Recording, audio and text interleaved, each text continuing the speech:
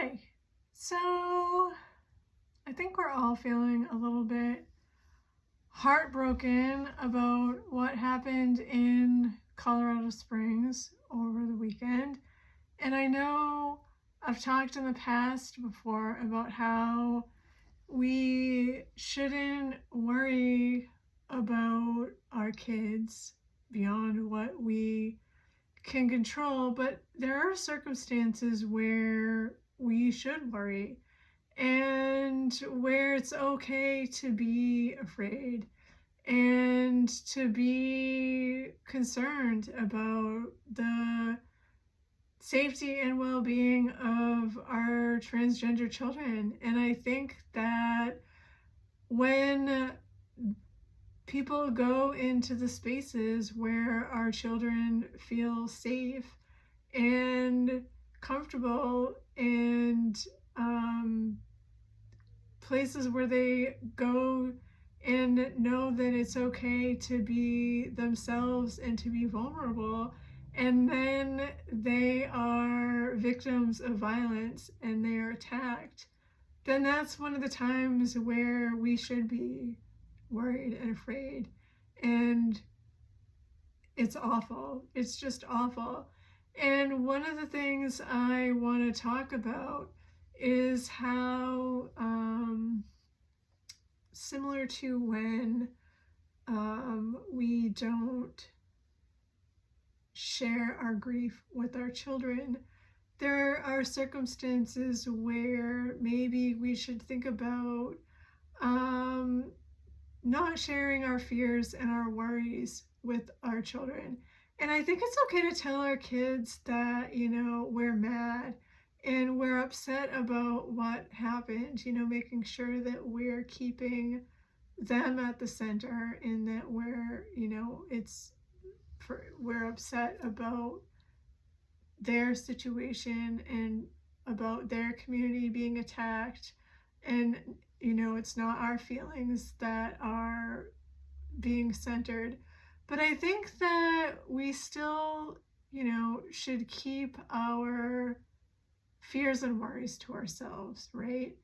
I don't think we need to be sharing with our children that we're afraid for them and why. And another thing I just wanted to touch upon real quick is that we shouldn't let situations like this cause us to cower in fear, right? And stop doing the things that we do to advocate for our kids. And actually, it's situations like this that should spur us into action, calling our representatives and demanding that legislation to protect our children be passed, and finding out what they're doing about it. Or if they're fighting to protect our kids, maybe you live in a state where you have good legislators, thanking them for all the hard work that they're doing. Or, getting out and spreading the word about why hate against the LGBT community is causing situations like this. And so I just wanted to talk about that a little bit. I wrote a post about it on my website. You can click the link up there in my bio and select most recent post, and it will take you right there. And I'll be sharing about it a little bit more on social media this week too. And I just wanted to come in here and say this because I have come out in the past and said, we should be careful to not be too worried about our kids. We should let them, bloom and go out into the world and try and let go of some of those fears that we have. But I think that there's times when it's appropriate. And this is one of those times. And I just wanted to come on here and say that. And I still stand by what I said earlier. And I have some post about that. And I have a post on my website about that. It's actually linked in the post that I wrote this week.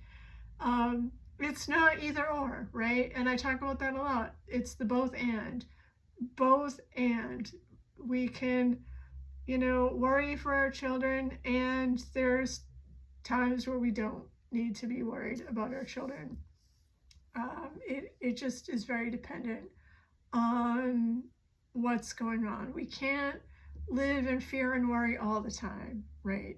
And that's what I've talked about before in the past.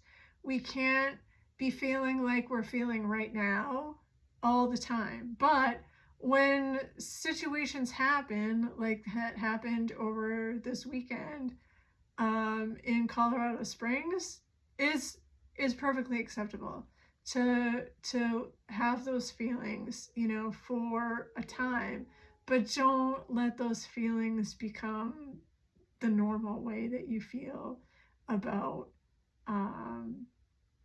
your child and their safety and their future, right? Because hopefully it's not going to be this way forever. Like, we have to have hope that this is not how it's going to be forever, and that things are going to get better, and that people are going to be better, and that